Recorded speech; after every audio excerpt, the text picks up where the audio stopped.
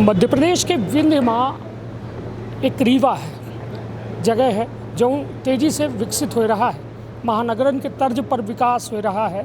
और लोग अब जो है उदाहरण दे रहे हैं कि रीवा जो है एक बड़ा शहर विंध्य में उभर के सामने आवा है, सत्ता का पछाड़ दी इसे। लेकिन ये विकास की कीमत आम जनता कितना तय कर रही है, कितना दे रही है, यह एक बड़ा सवाल है। कहे कि रीवा के इको पार्क अपना परिचय जानते हो, लेकिन यह इको पार्क पर गंभीर आरोप लगे हैं। अब इको पार्क भ्रष्टाचार पार्क बन गया है। हालांकि अपना के लगाए गए आरोपन कर लेके एक बड़ी जो है कहे कि अपना एक दस्तावेजी प्रक्रिया से आगे बढ़े हैं। हम कहा कि उठे दिखा दें, वो गड्डी भर दस्तावेज जो है यहीं के जो है वह पूरा गवाही दे रहे हैं कि कुछ ना कुछ तो बड़ा है। लेकिन आखिरकार ये जनता के पैसा, जनता के हित पर काम करे के दावा वादा करे वाले लोग आखिरकार इतने बड़े भ्रष्टाचार का पनपे कैसा देते थे। तो विधि क्षेत्र के ये पहल बघेली न्यूज़ चैनल में हम कनिष्ठ तिवारी अपना पंचन का सभी जनन का प्रणाम करी थे और सीधी बातचीत करी थे अमित सिंह जी से, जे ये पूरे मामला का जनता के सामने रख रहे हैं। अमित जी, प्रमुख बिंदु हम जाने चाहिए थे कि अपना करोड़न के भ्रष्टाचार के आरोप लगाए रहे, का वजह ही का ऐसा बिंदु अपना का दिखाने जो उन्हें यह साबित होता है कि भ्रष्टाचार भा है। भैया प्रमुख तौर से देखिए, 15 करोड़ 68 लाख रुपया प्राइवेट कंपनी को लगा करके 29 सुविधाएं आपके लिए देनी थी।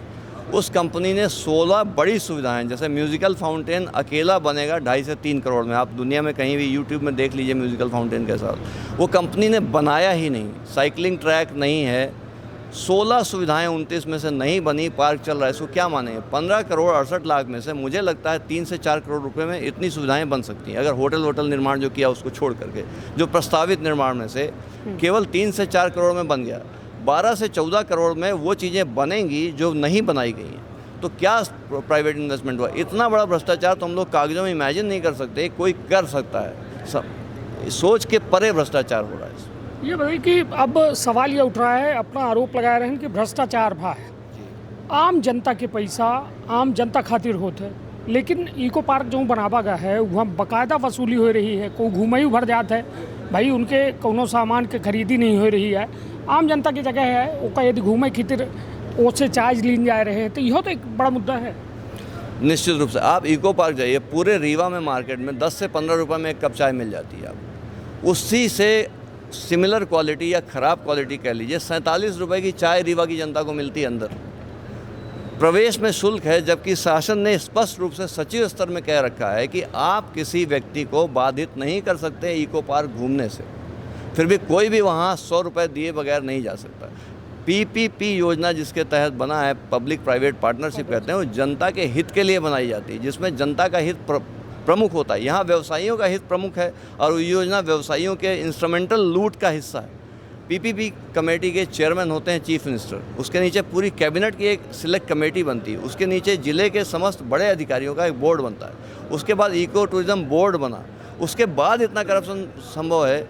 जनता के हित का कुछ भी वहाँ है ही नहीं। वो एक शादी का गार्डन है जहाँ शादी के करने के लिए लोगों को पैसा लिया जाता है और कमाई का एक जरिया है मात्र। ये बताइए, रीवा की विकास की ये इबारत पर इको पार्क को भी देखा जाता है। लोग कहते हैं बड़ा विकसित है, और विकास की परिभाषा में इको पार्क को देखा जाता है, अटल पार्क को देखा जाता है। ये तमाम जो PPP मॉडल के प्रोजेक्ट रीवा में हैं, इसको लेकर आपको लगता नहीं कि मतलब ये कहीं ना कहीं आम जनता को छल के रूप में यूज किया जा रहा है? भैया PPP में प्राइवेट पब्लिक पार्टनरशिप कहा जाता है, लेकिन मेरी नज़र दृष्टि से ये पब्लिक प्राइवेट प्रोक्योरमेंट है। जिस भी व्यवसायी को ज़मीन सरकारी चाहिए होती सस्ते दामों में, उसकी एक संगठित योजना है। रीवा के जितने भी विकास प्राइवेट PPP के तहत हुए हैं, उनकी एक ऑडिटर बिठा के, एक कानून को बिठा के आप तुलना कर लीजिए। सिविक बॉडी से लोगों को इकट्ठा करके 10 लोगों की टीम बना के सबकी जांच कर लीजिए। मैं लगभग 10-12 प्रोजेक्ट्स देख चुका हूँ रीवा में, कम से कम 70% का घोटाला हर प्रोजेक्ट में। तो ये भ्रष्टाचार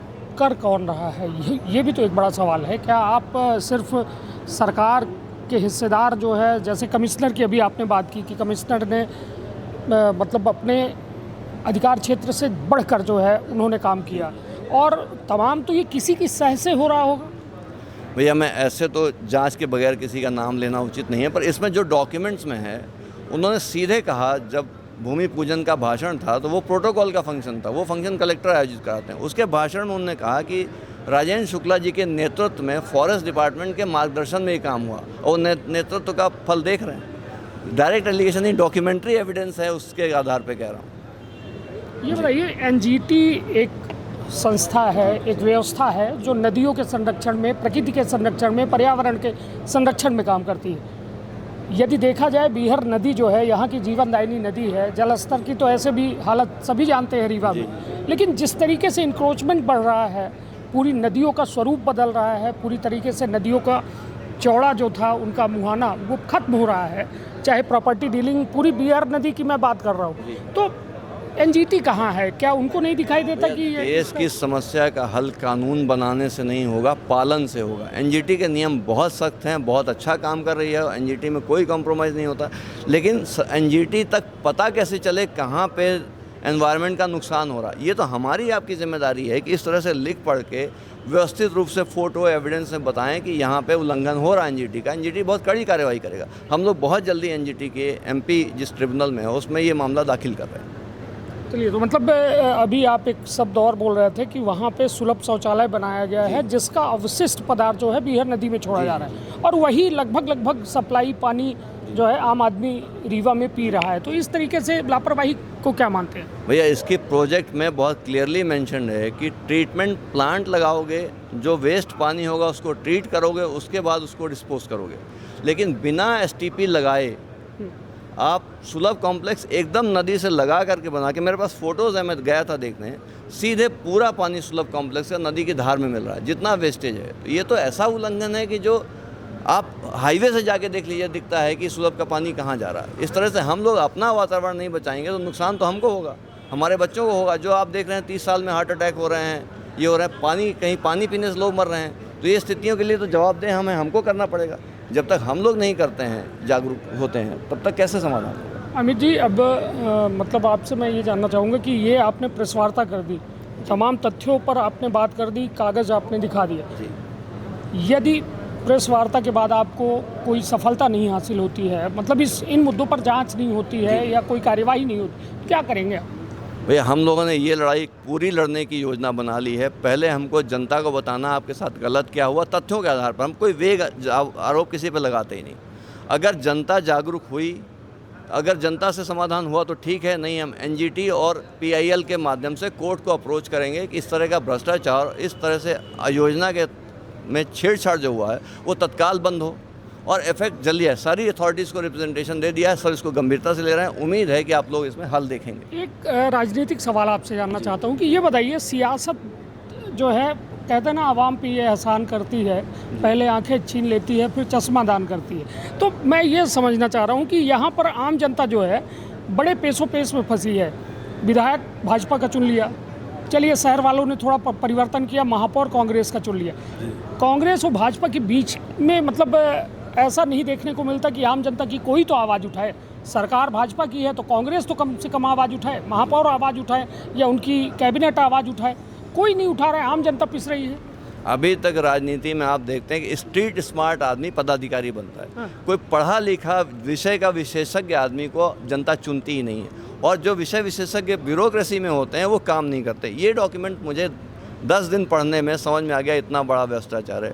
डीएफओ साहब, कलेक्टर साहब, कमिश्नर साहब, जितने भी पदाधिकारी नाम ले लिए, टीएल बैठक में हमको लगता है 3 किलोमीटर का काफिला जाम हो जाता है, इतनी गाड़ियाँ हैं।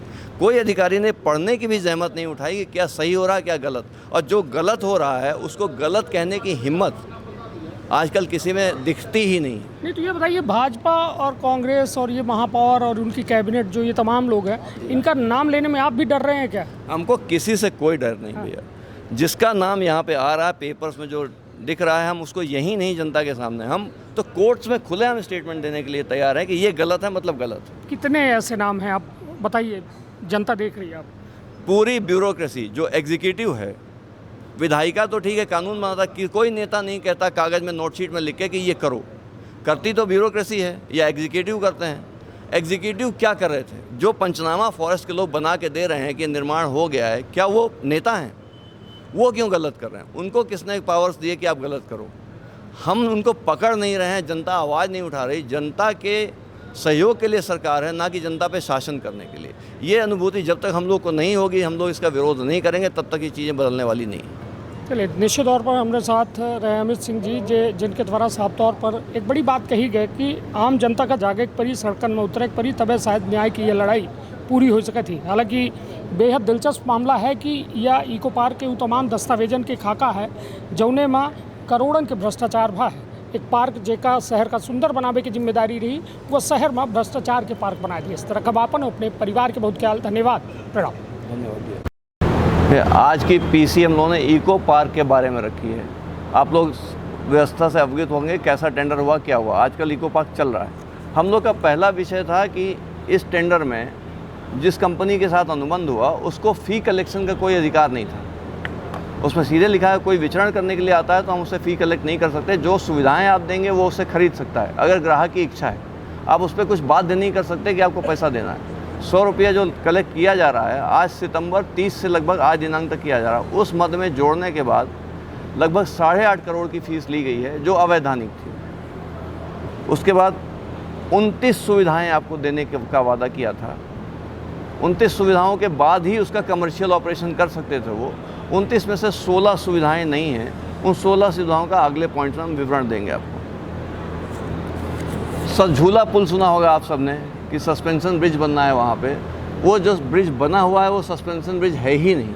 सस्पेंशन ब्रिज बनता है लगभग 4.5 करोड़ में, उतनी लंबाई की नदी में, लेकिन ये सस्पेंशन ब्रिज ना होकर स्लैब ब्रिज बना है। इसमें लगभग 1-1.5 करोड़ रुपए आता है। लेकिन सभी विभागों ने सस्पेंशन ब्रिज बनने का सर्टिफिकेट दिया है। नगर निगम की कुल ज़मीन जो आज कंपनी के कब्जे में है वो 5.28 एकड़, पर कागज़ों में केवल 3.8 एकड़ ज़मीन लिखी हुई है। लगभग 1.5 एकड़ ज़मीन का नगर निगम को कोई लीज़ नहीं मिल रहा, वो अवैध कब्जे में है। लीज़ रेंट के लिए नजूल अधिकारी ने कहा था किसी भूमि को सरकारी लीज़ देने का नियम है कि 5% उसकी मूल्य का जमा करने के बाद ही वार्षिक लीज़ पे दिया जाता है। 1 साल की लीज़ होगी जो 5% उसकी कीमत होगी वो। अब ज़मीनों का आकलन कर लेते हैं। 11.5 एकड़ ज़मीन फॉरेस्ट की लगी है जिसकी मार्केट वैल्यू 109 करोड़ है, और 5.28 एकड़ ज़मीन नगर निगम की है जिसकी कीमत 230 करोड़ है। कुल मिला के 329 करोड़ की ज़मीनें सरकारी गाइडलाइन के हिसाब से हैं, जिनका कि 1 साल में रेंट आना चाहिए 16 करोड़ 95 लाख रुपया, और 508 करोड़ रुपया उसकी लीज़ होनी चाहिए पूरा 30 साल में। और शासन को कुल कितनी लीज़ मिल रही है? नगर निगम और फॉरेस्ट को मिला के 30 साल में 3 करोड़ 14 रुपया मात्र मिल रहा है, जिसमें से 1 करोड़ नगर निगम को मिलता है, 2 करोड़ फॉरेस्ट को मिलता है। इसमें सीधी हानि सरकार को, सरकार की गाइडलाइन के हिसाब से, उनके कागज़ों के हिसाब से 176 करोड़ की पूरे 30 साल में होने वाली है।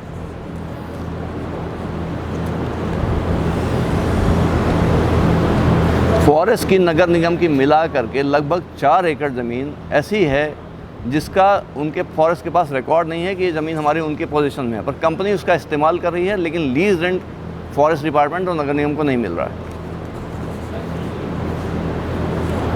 ज़मीन हस्तांतरण की बात थी।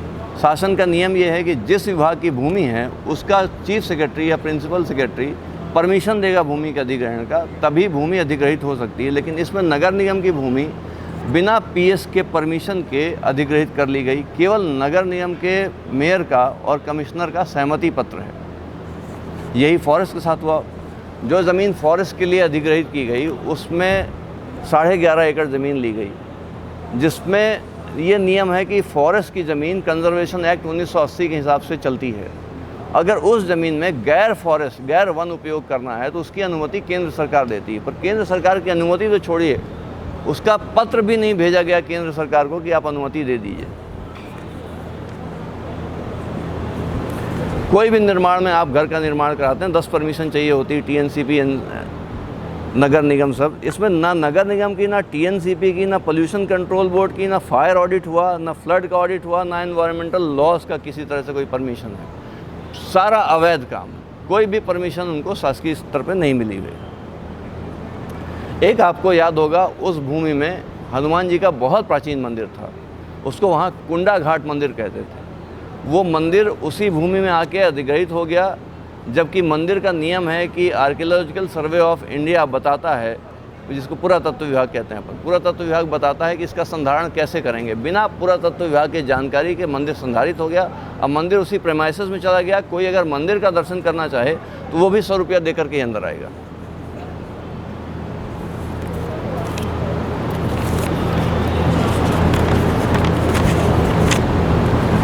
आपको जो 29 सुविधाओं का मैं जिक्र कर रहा था उसमें था सस्पेंशन ब्रिज बनना था, म्यूज़िकल फाउंटेन बनना था, म्यूज़िकल फव्वारा बनना था, साइकिलिंग ट्रैक होना था, लाइब्रेरी होनी थी, बटरफ्लाई पार्क होना था, एक बर्मा ब्रिज करके चीज़ होती वो होनी थी, रिवलेट क्रॉसिंग होनी थी, पिंट बॉल का कोर्ट होना था, योगा मेडिटेशन सेंटर होना था, इंटरप्रिटेशन सेंटर होना था, स्पा होना था, ट्री हाउस होना था, rope walking, treasure hunting, artificial rock, solar light.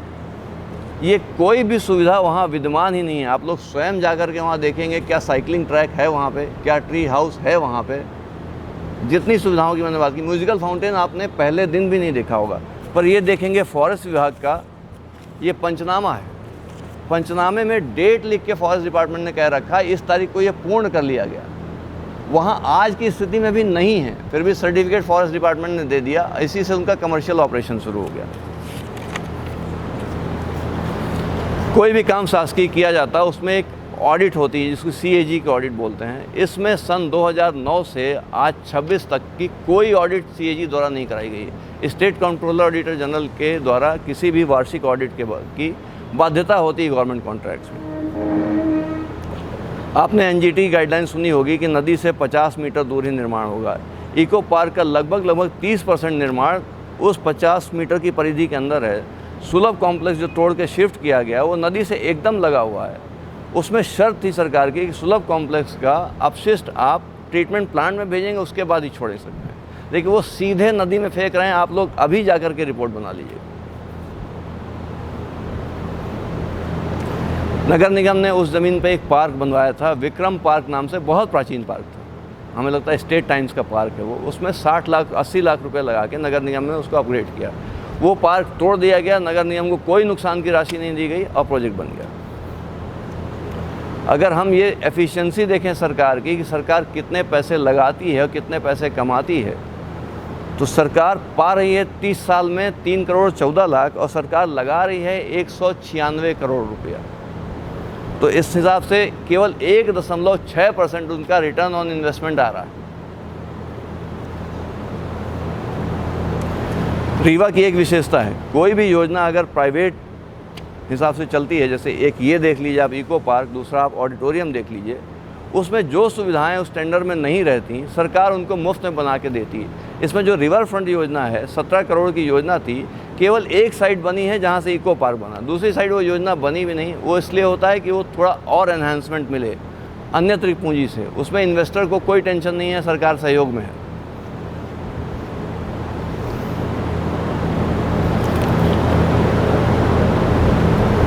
इस पूरे अनुबंध में लगभग 91% सरकार की पूंजी लगी है। प्राइवेट पार्टी ने केवल 9.3% लगाया है।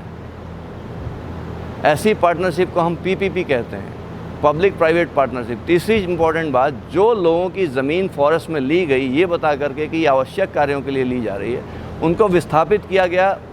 सरकारी गाइडलाइंस में सरकार ने अपने पत्रों में लिख के दिया कि उसकी मूल्य 19 करोड़ रुपए था। 19 करोड़ के बदले किसानों को वहाँ केवल 85 लाख रुपया दिया गया। ये PPP में सरकार ही क्यों बिजनेस करे? जब ज़मीन लोगों की थी तो क्या उन लोगों के साथ अनुबंध करके यही बिजनेस नहीं किया जा सकता था? ये इको पार्क चलाना किसके लिए बहुत कठिन चीज़ है। जो भूमि स्वामी है, सक्षम है, कर सकते हैं। वो जिसकी ज़मीन, उससे पार्टनरशिप करो। वो ज़मीन सरकार के टैक्स के पैसे से पहले खरीदोगे, फिर किसी अपने चहेते बिल्डर को दोगे, फिर वो पैसा कमाएगा। पूरी जनता क्या करेगी? 85 लाख लेके एक 1 BHK घर खरीद के रहेगी वहाँ पर। जी, अब आप लोग के कोई भी सवाल इस संबंध में हो तो आप प्लीज़ पूछ सकते हैं। इको पार्क को लेके इसके पहले भी कई बार नगर निगम ने आवाज़ उठ चुकी है, तो वहाँ से कोई अनुमति नहीं ली गई, लेकिन काम नहीं रुका। काम अपने ढंग पर चलता रहा, इको पार्क तैयार हो गया। क्या मानते हैं कि मतलब तानाशाही से बनाया गया है? देखिए, इसमें तो गवर्नमेंट की स्ट्रॉन्ग विल दिखती है कि सरकार आमादा थी ये ज़मीन लेनी है, चाहे ऐसे चाहे वैसे। नगर निगम की कोई अनुमति नहीं, ना निर्माण की, ना ज़मीन देने की। अब मैंने आपसे पहले भी जिक्र किया कि नगर निगम की कोई भूमि लेने के पहले सरकार के उस विभाग के पीएस की अनुमति होनी चाहिए कि आप हमारी ज़मीन ले सकते हैं। इसमें पीएस ने कोई अनुमति नहीं दी, केवल नगर निगम के कमिश्नर को जैसे भी किया हो ये अनुमति ले ली कि आप हमारे इस प्रोग्राम में शामिल हो जाइए। परिषद की बैठक में ये 2 बिल शामिल किए गए थे, जिसका बिंदु था 26 और 27, जिसमें विपक्ष कोई मोहर नहीं लगा रहा था, लेकिन उसको एक तरफा उसको पास किया गया। क्या मानते हैं कि सरकार में भी दखल, मतलब शासकीय कार्यालय में दखल दे के काम करवाया गया? देखिए, ये कागज़ में परिषद के पूरे पेपर्स लगे हैं, मैंने गहराई से अध्ययन किया उनका। परिषद में ही बहुत सारे पार्षदों ने इसका वहीं परिषद की बैठक में विरोध किया। उनका मत ये था कि हम क्यों खुद सक्षम नहीं है कि हम कुछ करें, लेकिन उनकी बात दरकिनार करके मेयर ने इसकी अनुमति दे दी। जबकि लैंड एक्विजिशन लॉ सीधे कहता है अगर असहमति है तो ज़मीन नहीं ली जाएगी। कम से कम 70% सहमति लोगों की ज़रूरी है कोई भी लैंड एक्वायर करने का। हमने देखा था कि मेयर ने नहीं बल्कि कमिश्नर ने एक तरफा फैसला लिया था। कमिश्नर बैठक में मौजूद थे, उन्होंने 36 और 27 बिंदु को अपने अधिकारों से पास कर दिया। आपकी बात बिल्कुल ठीक है, कागज़ भी यही कहते हैं कि परिषद की मंशा के विपरीत कमिश्नर ने चीफ सेक्रेटरी का ऑर्डर डिनाई करते हुए सहमति दे दी, जबकि उनको स्पष्ट लेख किया गया था चीफ सेक्रेटरी द्वारा कि आप अपने नगर निगम की ज़रूरतें और स्थानीय चीज़ों को समझ करके आप फैसला लें, लेकिन भूमि को दे देने का हक उनको नहीं दिया था। वो तो पीएस के पावर पीएस कैसे डेलीगेट कर सकता है? ये बताइए, महापौर और ये पूरी कांग्रेस की भी परिषद है, जी। इन लोगों ने क्यों विरोध नहीं किया? आप देखिए, मेरा ये निवेदन है इस सवाल में कि अगर महापौर या नगर निगम आज चाहे तो आज पूरी व्यवस्था कैंसिल कर सकता है। वो करने की मंशा और नहीं तो क्यों नहीं कर रहे हैं? आपको क्या लगता है, क्या वजह है कि महापौर इसमें दिलचस्पी नहीं दिखा? ये सवाल महापौर से पूछेंगे तो उपयुक्त जवाब देंगे। वो विपक्ष ने पूरा बहिष्कार किया था, हम आपको फिर कहते हैं जी, उसी परिसर में बहिष्कार किया था, लेकिन कमिश्नर ने अपने अधिकारों का प्रयोग करते हुए बिंदु 26 और 27 को पास करवा दिया। जी, ये आपकी बात बिल्कुल सही है। परिषद में के भी मीटिंग के मिनट्स ऑफ मीटिंग लिखे हैं। पार्षद थे सज्जन वर्मा, उनने विरोध किया। धनेन्द्र जी कोई पार्षद थे, उनने विरोध किया। अजय मिश्रा बाबा तब पार्षद थे, उन्होंने भी विरोध किया, लिख करके कि नगर निगम सक्षम है उस ज़मीन को खुद विकसित करने के लिए जनहित में, लेकिन आज दिनांक तक नहीं किया गया। आप सारे बिंदु उठा रहे हैं, क्या मानते हैं कि आप कुछ कर पाएंगे? देखिए, मेरा अप्रोच सीधा है, आप लोग के माध्यम से जनता को अवेयरनेस कराना, जो असली मालिक है। अगर ये शासकीय प्रशासकीय रूप से मैंने सबको रिप्रेजेंटेशन दे दिया है, देने के बाद आपके समक्ष बैठा, अगर यहाँ से नहीं होता तो न्यायालय का रास्ता खुला हुआ है, हम जा भी चुके हैं न्यायालय। इको पार्क में आपने बताया कि उधर ही लाइब्रेरी का भी प्रस्ताव था, जी। लाइब्रेरी भी बननी चाहिए, पुल भी बनना चाहिए, ये सारी चीज़ें नहीं है, पर फिर भी अप्रूवल दे दिया गया है। ये तो बहुत शेमफुल बात है। आज की ट्रांसपेरेंट डेमोक्रेसी में 28 कामों की सूची में 16 काम हैं ही नहीं। आप स्वयं जाके देखिए, कोई साइकिल चलाता दिखा क्या 4 साल में? साइकिलिंग ट्रैक है क्या? सस्पेंशन ब्रिज नहीं है। आपका बच्चा अगर किसी का इंजीनियरिंग कर रहा है, उससे पूछ लिए सस्पेंशन ब्रिज क्या होता है। इतना बड़ा भ्रष्टाचार तो मैंने सोचा नहीं था कि रीवा में किसी अधिकारियों के होते संभव है। नहीं तो हो ये गया। अधिकारी केवल अधिकारियों की ही मिलीभगत से हुआ है या देखिए, मैंने आपको कागज़ दिए, फॉरेस्ट डिपार्टमेंट बता रहा है कि ये कार्य इतनी तारीख को शुरू हुआ, इतनी तारीख को ख़त्म हो गया। कंप्लीशन सर्टिफिकेट देने का हक फॉरेस्ट डिपार्टमेंट, उसने समस्त चीज़ों को पंचनामा बना के सर्टिफिकेट दिया कि आपने ये काम किया है। अब उसके बाद क्या रह जाता? फिर तो एजेंसी आराम से करेगी।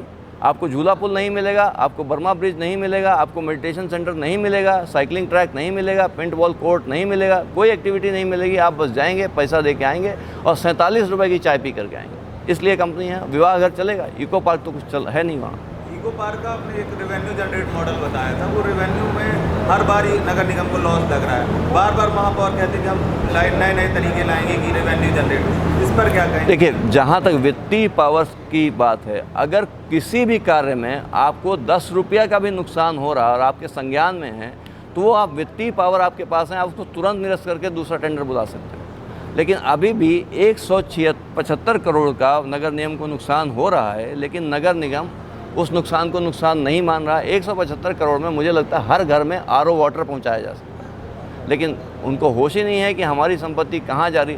1.5 एकड़ ज़मीन आज तक 2009 का अधिग्रहण है, 2009 से 2023 तक आज तक नगर निगम ने एक नोटिस नहीं दिया कि तुमने हमारे 1.5 एकड़ ज़मीन में अवैध कब्जा क्यों कर रखा है। सरकारी रेट से 36,000 रुपये स्क्वायर मीटर उस भूमि की कीमत है। मार्केट रेट देखिए तो कम से कम 10,000 रुपये स्क्वायर फीट। अगर 10,000 रुपया स्क्वायर फीट माने तो 500 करोड़ की संपत्ति नगर निगम की पड़ी है, उसको ये इस बात का एतबार नहीं है कि मेरी संपत्ति का दुरुपयोग हो रहा है। जी। का अपना संतान के सुख से वंचित है। अब बहिने संपर्क करी विंध्य क्षेत्र के विख्यात पहिल टेस्ट ट्यूब बेबी सेंटर से। महिला से संबंधित कोनो गंभीर समस्या के खातिर संपर्क करी प्रतिदिन पुराना तीर्थ मेमोरियल अस्पताल कुटेही रीवा। संपर्क कर सके थे 8821000416 पर या 0766235245 पर। डॉक्टर बीना मिश्रा स्त्री रोग एवं बांझपन विशेषज्ञ से प्रथम IVF क्लिनिक, IVF मौच तकनीकी, लेजर हैचिंग के उपयोग,